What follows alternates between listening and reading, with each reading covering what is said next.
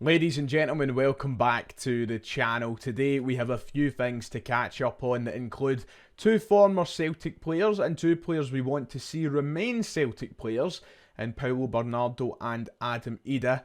I know, it's been a long summer and I'm fed up talking about them and all. And we've also got another couple wee things to talk about in relation to our transfer window. So stick around, we're almost there, it's nearly the first game of the season.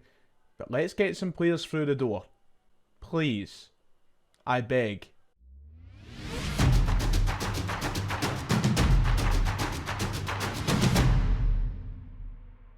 If you haven't already, please make sure to hit like and subscribe. Thank you all for 45,000 subscribers. We're now on the road to 50,000 subscribers. So let's try and get as close to it as we can by the end of the year. If you haven't already, by the way, make sure to check out the description of the video below. You can enter the giveaway where you have a chance of winning one of the new Celtic shirts. We're giving away free to celebrate the release of the home, away and third shirt. As you can see, got my hands on the new away top yesterday. So you could win it. Go down below, enter using that link. It's very straightforward. Thank you all for 45,000 subscribers. Well, we have quite a significant Adam Idah update to go through. You've probably already heard the story by now, but it's time to add my own spin, my own opinion on it after the story came out last night from the Norwich City camp that Adam Idah is making all the right noise to try and force his way back to Celtic. Last night Norwich played in a pre-season friendly, and following that game the new boss, Johannes Hoftorup, he commented on Adam Idah's absence from the matchday squad. This is what he had to say, courtesy of some Norwich fans on social media. The post-match interview with Johannes Hoftorup said that he has been missing out, he's missed out in the squad due to disciplinary issues. He's been disciplined internally for failing to fly out with the rest of the party to Austria. His quote was this: "We have rules and everyone has to stick by them." He's admitted that the speculation with Celtic could probably play a factor. So that was it in brief, in short. Essentially, he didn't fly out to Austria with the rest of the team, and he's trying to make it abundantly clear he wants this move to Celtic. Next step, Celtic, just pay the bloody money. If you want to see more of his comments in depth, here's what the Norwich manager had to say on the situation. He reported late for the flight on Sunday morning for reasons that should never happen. So I spoke to him the other night, and of course we told him that he had to come to Austria as fast as possible. He came during the night, and I spoke to him again. Said, "We're a group of players, we want to create a protecting environment, and this can never happen." He was sad about the situation, he apologised and so on. We will get him back into the group, but it's also an important message for us to say that there will be consequences when you don't do your stuff. He will be disciplined internally. We will handle that.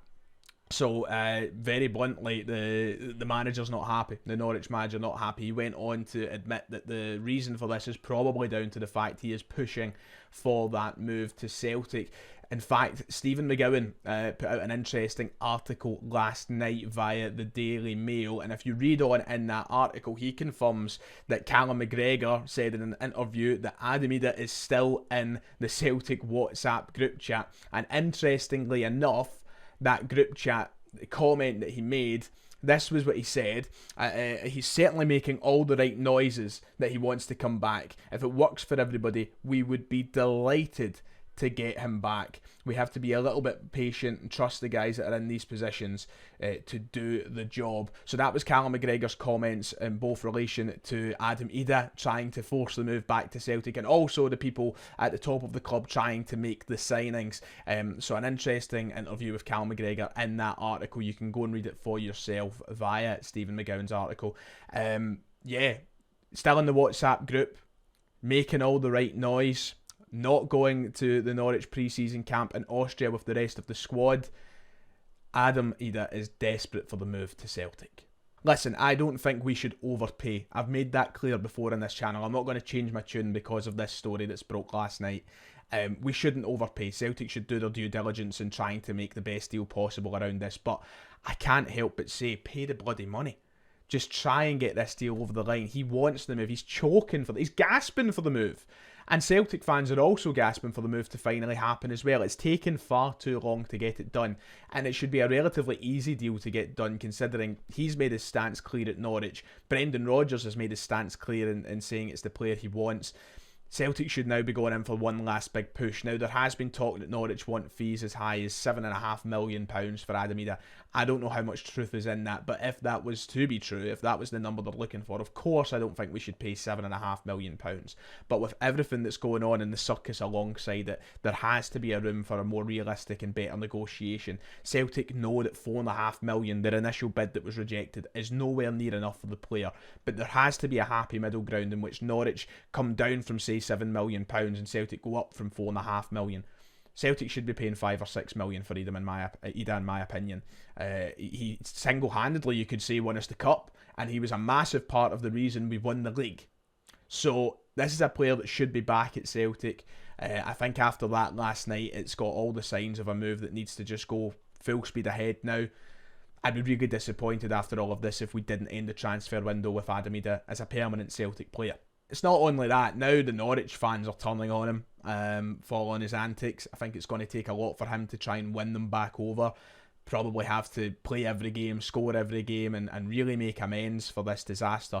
Now, I know some people are going to be quick to jump to the unprofessionalism of what Adam Idah has done here, and people are going to raise that as a factor of whether or not we should sign him. And I understand that he has acted in an unprofessional manner. There is no denying that. You can't escape that. If this was a Celtic player, if this was Matt O'Reilly doing this, we'd all be really disappointed. But, you know, Matt O'Reilly's kept his head down. He's travelled to America. He's played every game in pre-season. Just like any other player that we, you know, think of really highly that could leave the club. They all chip in, and we don't really get these situations. So people are asking the questions, will Adam Idah do this if he becomes a Celtic player? And that's really forward thinking, isn't it? You know, first of all, he's got to be a Celtic player before you think of these things. But I think it's more of a statement from him in the manner of Norwich just refusing to entertain these conversations, these negotiations. I think that's what it is. I think if he was in a situation where he wanted to leave Celtic and there was interest for him to move on from Celtic, we would go fight about things in a better way. I think he's just fed up of how long this has dragged. I think in his mind, he was probably expecting to be a Celtic player by now, and he's just trying every last thing now to try and get the move over the line. So I'm not going to sit here and slag him off or blame him, because I want him, and sometimes you've got to be selfish as a football fan. So yeah, it might be unprofessional. I don't care. I want him at Celtic. Keep going, Adam. Force the move. Hopefully, we see you soon. Another topic of conversation which has become tiresome, but we'll cover it very, very quickly here.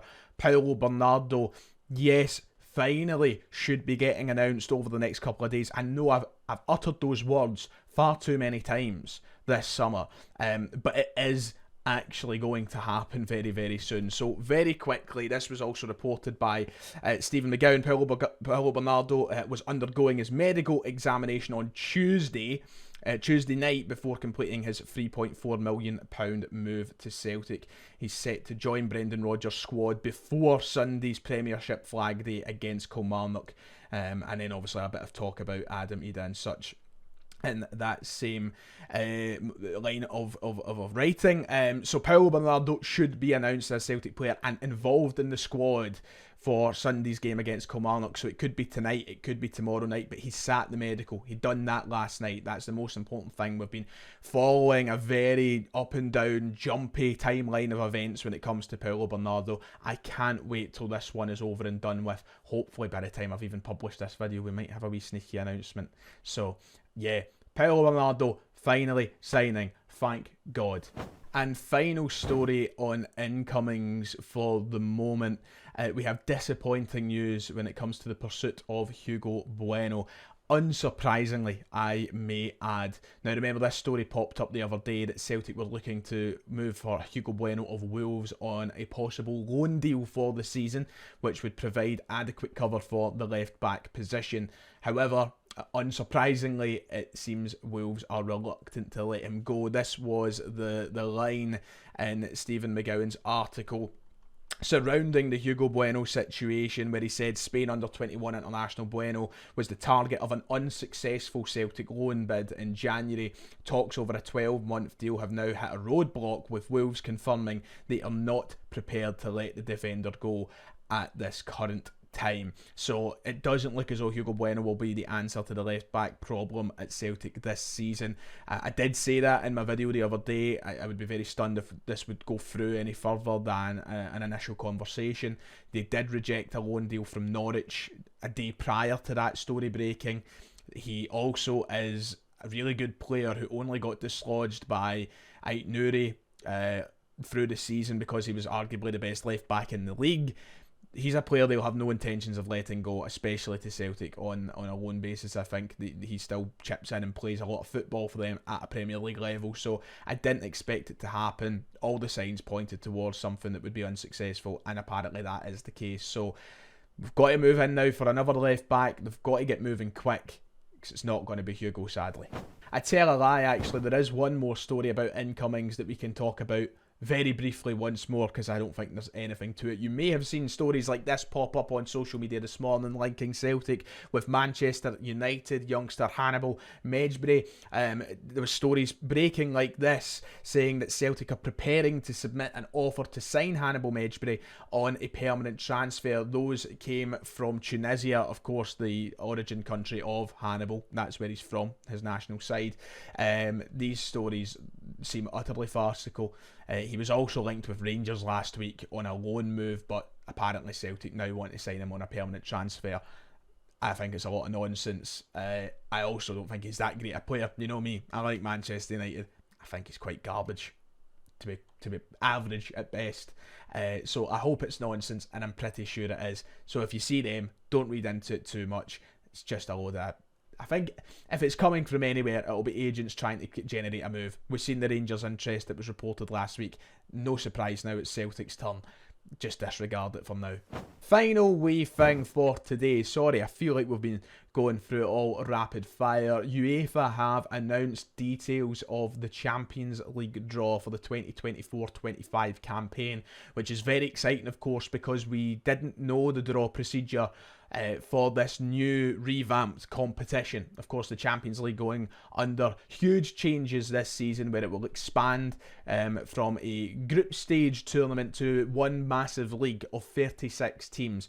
A lot of people still very unfamiliar with how this works. What I would do is point you over to this tweet on the UEFA.com website and their UEFA social media channels.